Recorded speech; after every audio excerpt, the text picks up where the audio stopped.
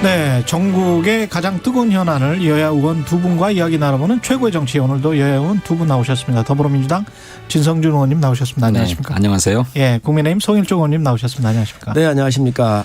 예, 최경영의 최강시사 유튜브에 검색하시면 실시간 방송 보실 수 있습니다. 스마트폰 콩으로 보내시면 무료고요. 문자 참여는 짧은 문자 50원, 긴 문자 100원이 드는 샵 9730 무료인 콩 어플 또는 유튜브에 의견 보내주시기 바랍니다.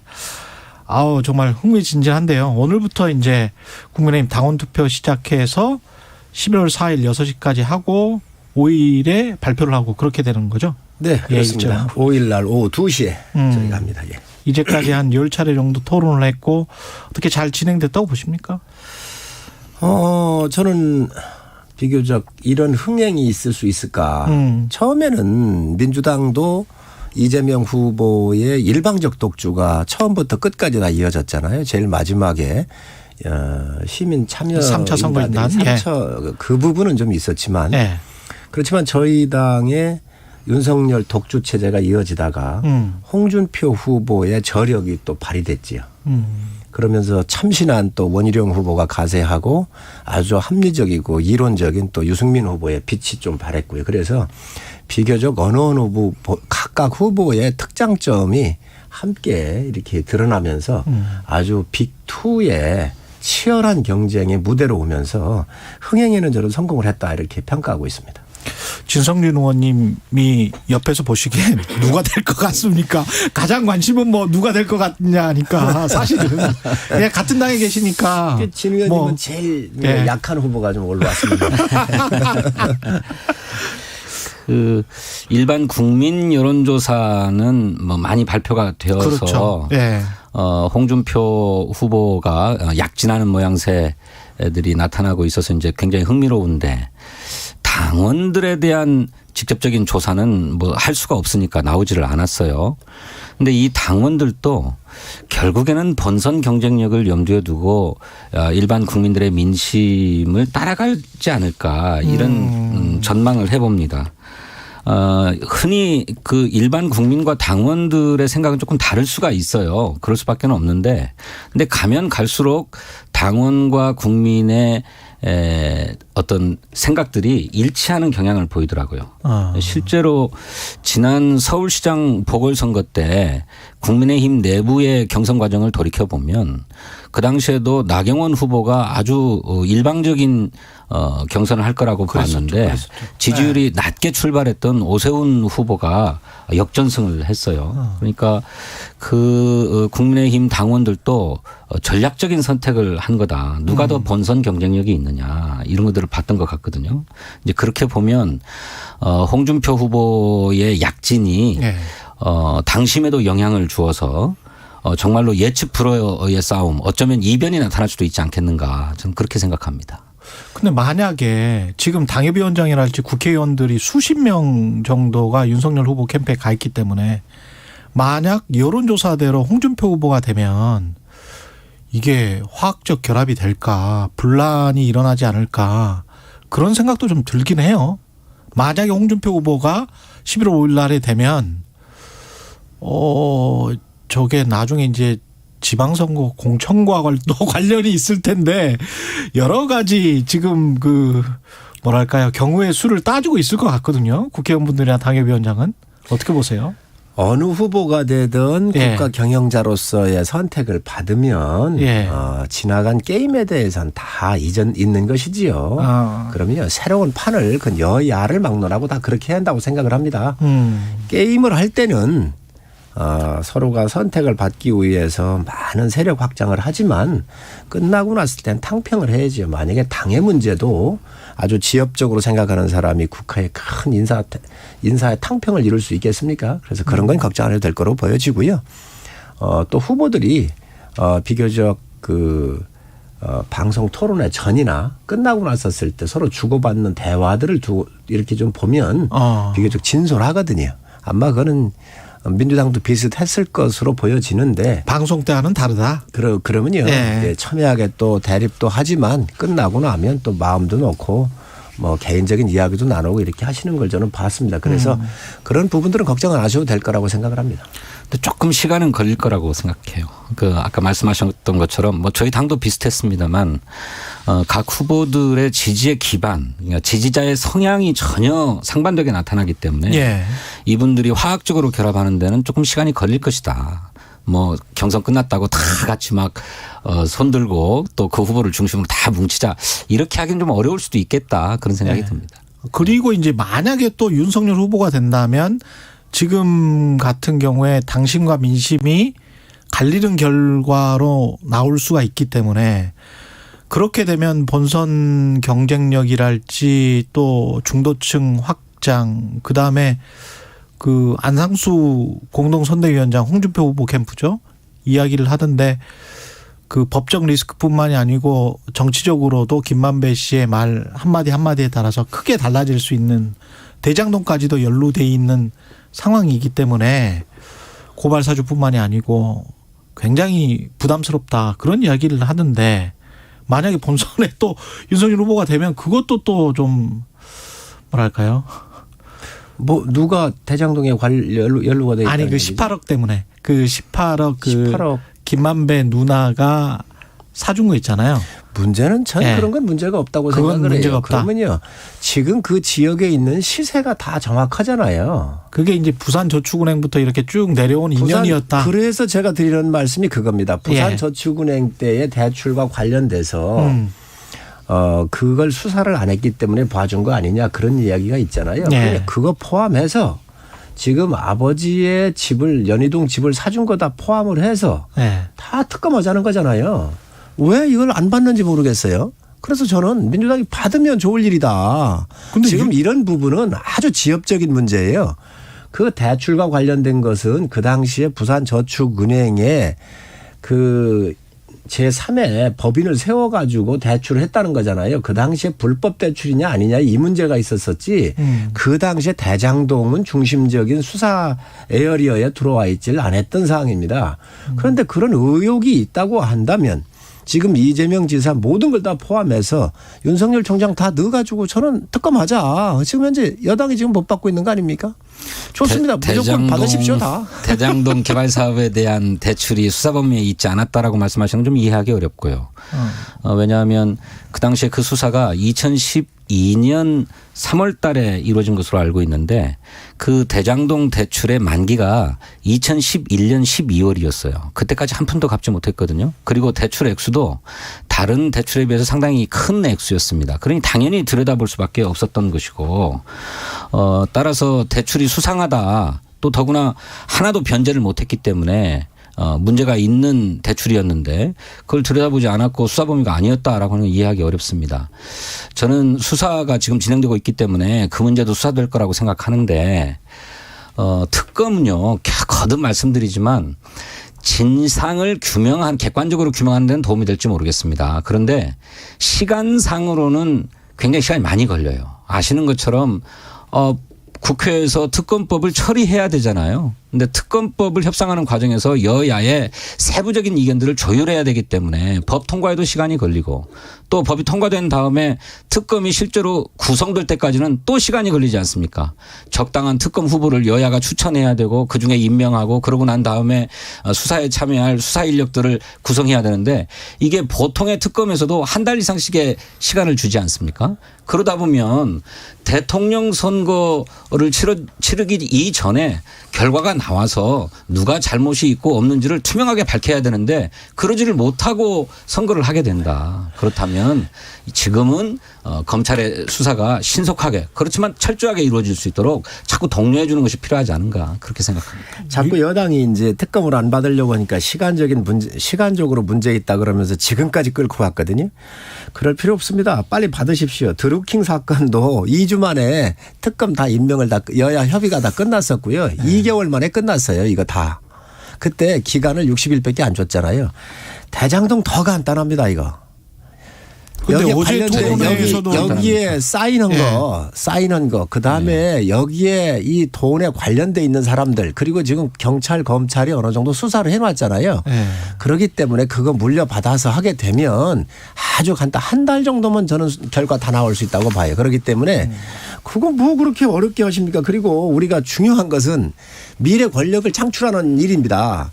앞으로 나올 대통령 자체가 도덕적으로 문제없고 부패 연루가 돼 있지 말아야 돼요. 물론입니다. 만약에 우리가 부패된 대통령을 뽑았었을 때 정통성이 정말 없는 대통령이 나와서 물론입니다. 5년 임기 내에 국민로부터 신뢰를 못 받고 하는 정책마다 불신을 받게 될 겁니다. 그러니까 구체적으로 그러기 때문에 여당도 이 시간 잡고 이야기하는데 드루킹 사건 60일밖에 걸렸지 않았기 때문에 의지에 관련된 문제입니다. 그래서 그 누구든 성역 없이 여기서 깔끔하게 정리를 하고 넘어가 줘야 그래야 국민들이 국가 지도자에 대한 신뢰를 보내고 안심하고 국정을 맡길 수 있습니다. 그래서 저는 수사를 통해서 후보들을 정확하게 검증해야 된다고 하는 말씀에 동의합니다. 우리 진 의원님처럼 합리적이고 여당 내에서 비교적 아주 주목받는 의원이시니까 저는 신 의원님께서 이걸 당 지도부하고 진중하게 저는 협의를 해 주십시다. 그리고 이러한 도덕적으로 문제 있는 후보가 대통령이 됐었을 때 집권 여당이 민주당이 가져야 될 부담 또한 막대합니다. 그렇죠. 아니요. 부도덕한 후보가 되어서는 안 된다고 하는 점에 저도 동의하는데 이재명 후보가 부도덕하다라고 하는 점을 구체적으로 제기하신 바가 없어요. 그저 정황만을 가지고 말씀하시는 것 아닙니까? 무엇 하나라도 구체적인 근거를 갖고 이재명 후보의 책임이다라고 얘기해 주셨으면 좋겠어요. 그냥 정황만을 가지고 분위기만 띄우고 계시는 거잖아요. 아니죠. 성남시장으로서 아니 결재하고 설계한 사람이에요. 의원님 저기 이제 그 지난주에 충분히 말씀하셨고 왜냐하면 어제 토론회에서도 윤석열 후보도 과연 대장동 사건을 특검으로 끌고 가는 게 효과적인 건지 모르겠다라고 이야기를 했거든요. 그러니까 다른 후보들은 특검 하자고 했는데 이 검찰총장 하셨던 분은 이게 특검으로 끌고 가는 게 효과적인지 모르겠다라고 이야기를 했기 때문에 이거는 어떤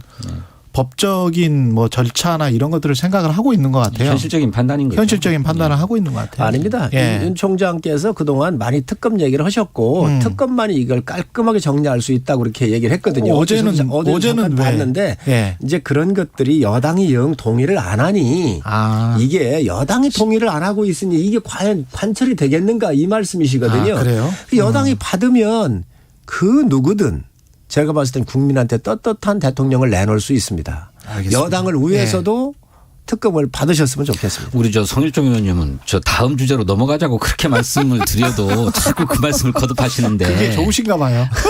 아니 지금 대선 전국에서 이 대장동, 백현동, 정자동 이거보다 더 큰 문제가 어디 있습니까? 이거는 정말로 수조 원이 넘는 엄청난 비리의 덩어리입니다. 대선을 생각할 때는 그거 아주 작은 문제입니다.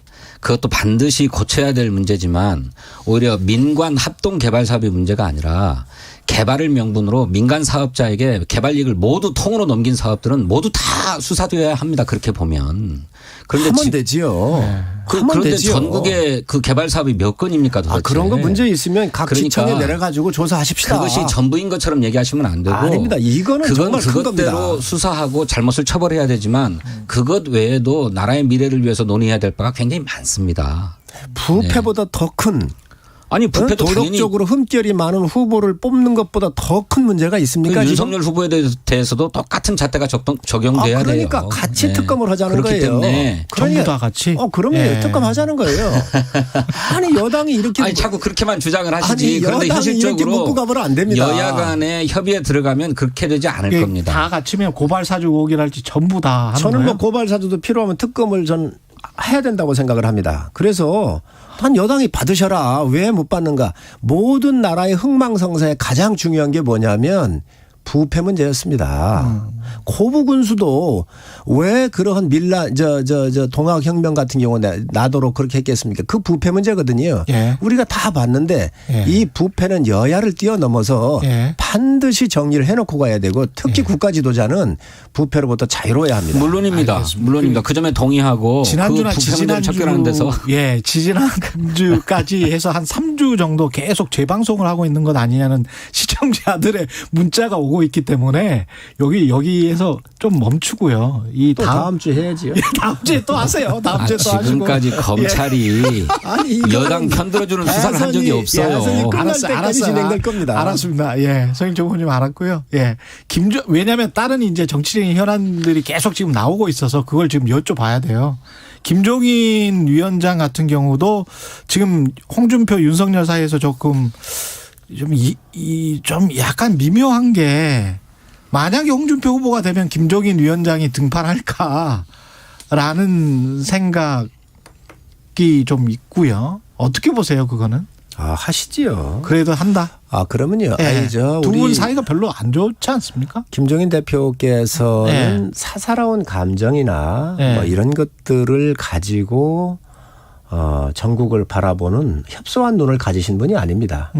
저희 당의 비대위원장으로 오셨었을 때 오시고 싶었겠습니까? 다 망가졌고 희망이 없는데 그 희망이 없었을 때 희망을 만들어내야 되겠다라고 하는 역사적인 사명감을 가지고 오셔서 일성이 뭐였냐면 내가 이 당에 힘든데 어렵게 내가 이 당에 왔지만 정권 교체를 이룰 수 있도록 수권 정당의 면모를 갖추는 데까지는 내 역할이다. 내가 여기까지 만들고 떠나겠다 얘기를 하셨는데 그 사이에 중도로의 많은 확장을 통해서 그리고 서울시장을 저희 당이 이렇게 확보를 하고 또 지금의 이 흥행에 성공할 수 있는 모든 기틀을 마련하신 분이 김종인 비대위원장이십니다. 그런데 이 상태에서 좀 쉽지 않은 것 같아요. 경선이 끝나고 나면 그 누가 되든 본인이 해야 될 일이 있다고 한다면 개인적인 감정을 뒤로 하시고 전 이 시대적인 요구인 정권 교체에 대해서 부응을 하실 거고 앞장서실 거라고 봅니다. 김종인 위원장의 뭐 속내야 어찌 짐작하겠습니까마는 후보가 누가 되느냐에 달려 있다라고 당신 입으로 얘기를 했습니다. 그러면서 최근에 전두환 옹호 발언이라든지 개 사과 사건이라든지 이런 것으로 윤석열 후보가 아주 궁지에 몰리니까 충분히 사과했다. 또 모든 사안에 대해서 정확하게 윤석열 후보가 뭘 보고 있다. 뭐 이런 식의 발언을 하면서 엄호를 했거든요. 그 뭐 좀 이치에 닿지 않는 엄호라서 누가 보더라도 김종인 위원장은 윤석열 후보를 세게 돕고 있구나 이렇게 이제 짐작을 했는데 그렇기 때문에 후보가 누가 되느냐에 따라서 등판의 시기는 달라질 수 있다고 생각합니다. 물론 제가 뭐 다 짐작하기 어렵습니다만 지금 이준석 대표가 종로 보궐선거에 출마할 것으로 보이는데 그러자면 이준석 대표가 선거를 지휘하기가 불가능하잖아요. 예. 그래서 상당한 정치적 지도력을 갖고 선거를 지휘할 분이 반드시 필요하고 그 때문에 이준석 대표도 김종인 위원장을 만나서 선거대책위원장을 이렇게 권고하고 건의했던 것 같아요. 그런데 그 자리에서 확답하지 않았거든요. 후보가 누가 되느냐에 달려있다 이렇게 말씀을 하셨거든요. 그래서 등판을 하실 것 같은데 시기나 이런 것들은 조금 봐야 될 것 같다 이런 생각이 듭니다. 머리 좋은 전략가이신 진 의원님께서 야당한테 이관계를 지금 쓰고 계십니다. 무슨 이관계겠습니까? 등판하실 거라니까.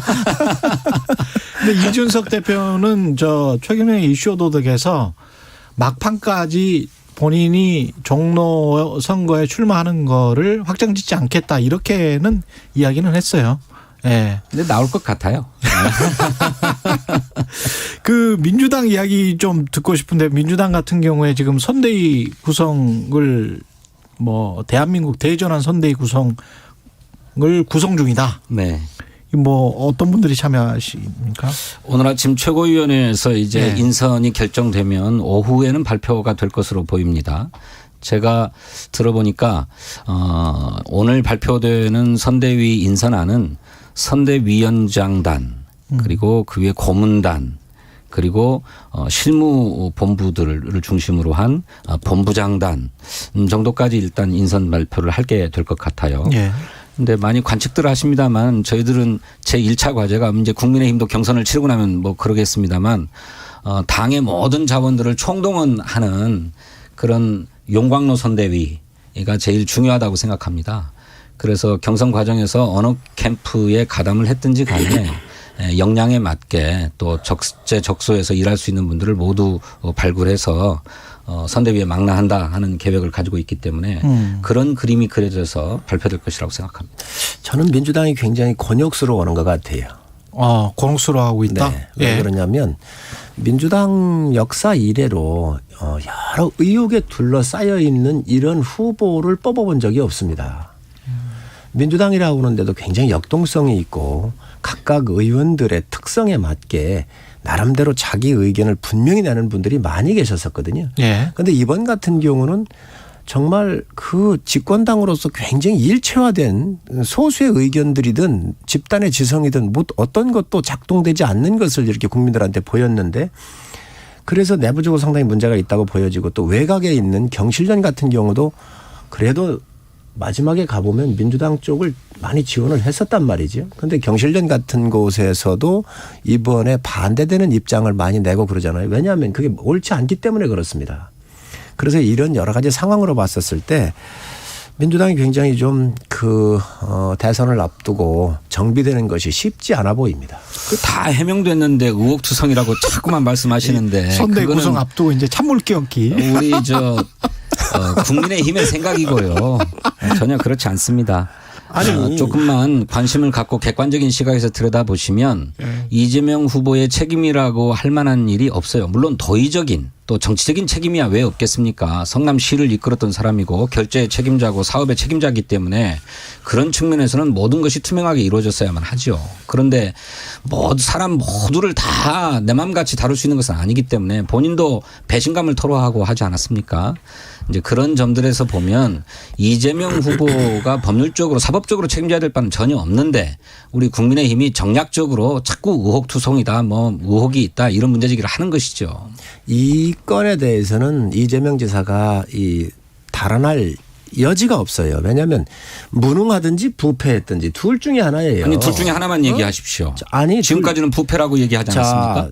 그러니까 그거를 특검으로 가야 한다는 거잖아요. 그래서 검찰 수사로도 밝혀질 수 있습니다. 무능하든지 부패했든지 특히 자기의 아끼는 사람들에 의해서 7명한테 수조 원을 갖다가 이 돈을 줬다. 그리고 이게 한 건이 아니고 가스공사 부지인 정자동 건, 백현동 건 이렇게 해가지고 너무 많이 나오고 있습니다. 지금 모든 개발 사업을 한번 들여다보세요. 자, 그렇기 때문에 이거에 대해서는 도저히 이재명 지사가 이게 피해 나갈 방법이 없다. 국민은요. 이제 그만하시죠. 국민들이 다 알고 있습니다. 그래서 여당이 여기에 굉장히 힘든 이 트랩으로 더 빠져나오기가 어렵다 이렇게 보고 있습니다. 이재명 후보가 그 재난지원금 더 줘야 된다 이런 발언했잖아요. 네. 관련해서는 여당 입장은 어떻습니까 이건? 그러니까 저렇게 진실을 객관적으로 드러내서도 자꾸 의문들을 제기하고 의혹이 있다고 하고 있기 때문에 선거 전의 양상이 대단히 혼탁합니다. 네거티브 선거전이 계속되고 있고 또 이거를 투명하게 밝히자니 수사에 맡겨야만 하는 그래서 정치가 온통 사법 권력에 다 맡겨져 있는 이런 바람직하지 않은데 선거를 좀 정책의 경쟁 또 비전의 경쟁으로 돌려갈 필요가 당연히 있다고 생각하고 그게 국민을 위한 것이니까요. 그런 점에서 이재명 후보가 평소의 구상이나 또 본인의 정책적인 어떤 판단들을 선도적으로 제기한 건 매우 적절했고 바람직하다고 생각합니다. 그런데 이렇게 그런 정책의 일단이나 구상들을 얘기하자 좌파 정책이다 무슨 포퓰리즘이다 우선 낙인 찍기 딱지기 붙이기부터 하고 있어서 정말로 유감스러워요. 그게 아니고 그것에 대한 정책적인 비판과 대안을 중심으로 토론을 했으면 좋겠어요. 그러면 선거의 양상이 수사기관만이 밝힐 수 있는 사안을 갖고 논쟁을 하고 네거티브를 하는 것보다 국민을 위한 정책 설계를 어떻게 할 것이냐라고 하는 쪽으로 흘러가서 결국 국민에게 이롭고 모두에게 좋은 일 아니겠습니까? 근데 저는 최근에 정치권의 그 대선을 둘러싼 논의는 대단히 실망스럽고 유감스럽다고 생각합니다. 여당은 그렇게 얘기를 하겠지요. 그러나 아까도 말씀을 드렸지만 국가의 지도자가 가져야 되는 가장 기본적인 동망 아주 기초적인 것들은 있습니다. 그게 도덕적인 그래도 흠이 적어야 하는 것입니다. 그런데 지금 이런 엄청난 의혹과 부패 연루되어 있어가지고 또 특히 조폭과도 연루되어 있다는 의혹을 받고 있잖아요. 이러한 거에서로부터 자유롭게 하고 넘어가야 한다는 것이 일관된 저희의 입장입니다. 이걸 분명히 아셔야 되고. 이명박 박근혜 정권 10년 동안에 야당 단체장의 그런 의혹들을 왜 가만히 두셨습니까? 왜 그런 얘기를 여기서 꺼냅니까? 그분들이 대권 후보 나왔습니까? 그리고 천하가 다 알 수 있는 대권 후보가 아니라서 내버려뒀습니까? 그리고 그런 문제 있으면 지금이라도 수사하십시오. 저는 유효 기간이 있기 때문에 걱정하지 마시고 지금이라도 다 수사하십시오. 권력을 갖고 있지 않습니까? 후보가 얘기하고 있는 것처럼 임기의 3분의 1을 조사와 수사를 받는데 허비했다고 할 정도로 탈탈 털다시피 하지 않았습니까? 그랬는데 그때는 내버려 두고 왜 이제 와서 문제 제기를 해요? 진 의원님. 문제가 있었으면 그때 처벌됐겠죠. 이게 내부로부터 터져나온 문제거든요. 그 당시 안 나왔었기 때문에 증거가 없었지만 이제는 내부로부터 터져서 녹취록이 나오고 해서 문제된 거 아니겠습니까? 그러니 이거 정확하게 조사를 하시고 특검 받으시고 다른 지역에도 문제 있으면 아주 엄하게 다스리십시오. 그게 집권 여당이 할 일입니다. 그게 그리고 검찰에서 하고 있습니다 지금. 지금 아까 재난지원금 얘기를 하셨는데 아니 재난지원금이 무슨 저 대권 후보가 마음대로 꺼낼 수 있는 카드입니까 이게? 국민적인 동의를 받아야 되는 일입니다. 국민들께서 다 인정을 해 주셔야 될 일들이죠. 위드 코로나로도 이제 가고 있고 한데 선별적으로 꼭 필요한 데는 충분히 지원을 해서 회복과 희망의 메시지를 주고 또 그분들이 일어날 수 있도록 해야 되지만 이러한 의혹으로부터 벗어나기 위해서 정책이라고 하는 것으로서 눈 돌리려고 이런 말을 꺼내는 것은 아주 부적절합니다. 그렇게 이제 정략적으로만 자꾸 바라보시니까 문제인데 아니 집권 여당의 대통령 후보가 재난지원금에 대해서 왜 자기 견해를 얘기하지 못합니까? 물론 재난지원금이 실제로 집행되려면 국회에서 예산을 어떻게 할 것인지 이런 문제들이 다 합의되어야만 가능한 일이죠. 그런데 그런 일들을 추진하도록 대통령 후보가 집권 여당에 권고하고 제안할 수 있죠. 자, 이것도 얼마나 급했으면 100만 원씩 준다고 얘기를 하셨어요. 그랬다가 어떤 판단이 들었는지 모르겠는데 50에서 30만 원씩으로 또 금액을 낮추더라고요. 집권 여당의 후보는 정제되고 정말 빈틈없는 공약으로 국민들한테 이야기를 해야 합니다. 그런데 처음에 100만 원씩 지급하겠다고 한 게 아니었고요. 얘기를 해놓고 100만 원 정도는 되어야 한다. 자, 그런데 기왕에 한 4, 50만 원씩은 지급되었으니 나머지를 보충하는 것이 좋겠다라고 얘기했죠. 그러니까 그게 바로 이재명 후보의 특기지요. 그렇게 말씀을 하시는 게. 아니 일선 실무진의 의견을 받아들이지 않았다 그러면서 자기는 사인한 적도 없고 아무것도 모른다고 얘기를 했거든요. 대장동에 대해서. 그래 놓고 나서 다음에 그러면 그 주체가 누구냐 얘기를 하니까 성남시가 한 것이다 얘기를 해놓고 그 다음엔 또 가가지고 아예 모른다고 그랬거든요. 이 100만 원도 그렇습니다. 아니 그러면 이렇게 다듬지 않고 이렇게 막 해도 됩니까? 돈이 몇십 조씩 왔다 갔다 하는데. 아니 왜 다듬지 않았습니까? 이재명 후보가 재난지원금이 지급될 당시의 견해로는 국민 1인당 한 가구당 100만 원씩은 지급되는 게 좋겠다라고 하는 생각을 갖고 있었고 그 얘기를 이번에 한 겁니다. 그런데 이미 지급된 게 있으니 나머지를 보충하자라고 말씀하신 거죠. 그 식당 총량제라고 하는 것도 이렇게 설리 근거를 막 꺼내놓고 이렇게 하시는데 이것들이 지금 수세에 몰려 있는 전국을 돌파하기 위한 눈을 좀 돌리기 위한 그런 전략 아닌가 보여지는데 저는 집권 여당 후보는요 여기저기서 굉장히 많은 지원을 받습니다. 아니 정부 전체가 다 지원하고 있는 거 아닙니까? 시간이 다 그렇기 때문에 음식점 총량제 발언할 때 제가 현장에 있었는데 음식점 총량제를 추진하겠다라고 말씀하신 게 아니고 그런 구상까지도 해봤다. 오죽하면 그렇겠는가라고 하는 차원에서 하신 말씀이에요. 그런데 그 고민의 출발이 어디였던가는 우리가 진지하게 검토해야 됩니다. 정말로 자유경제의 원칙에 의해서 모든 것을 다 허락해주고 허가해주는 것이 바람직한 것만은 아니다. 시간이 적정한 규제가 필요할 때 필요하다라고 최고의 하는 정치 발상인 국민의힘 송일정 의원 더불어민주당 진성준 의원이었습니다. 잠시 후 8시 반부터 일부 지역국에서는 해당 지역 방송을 보내드립니다. 그대가 돌아서면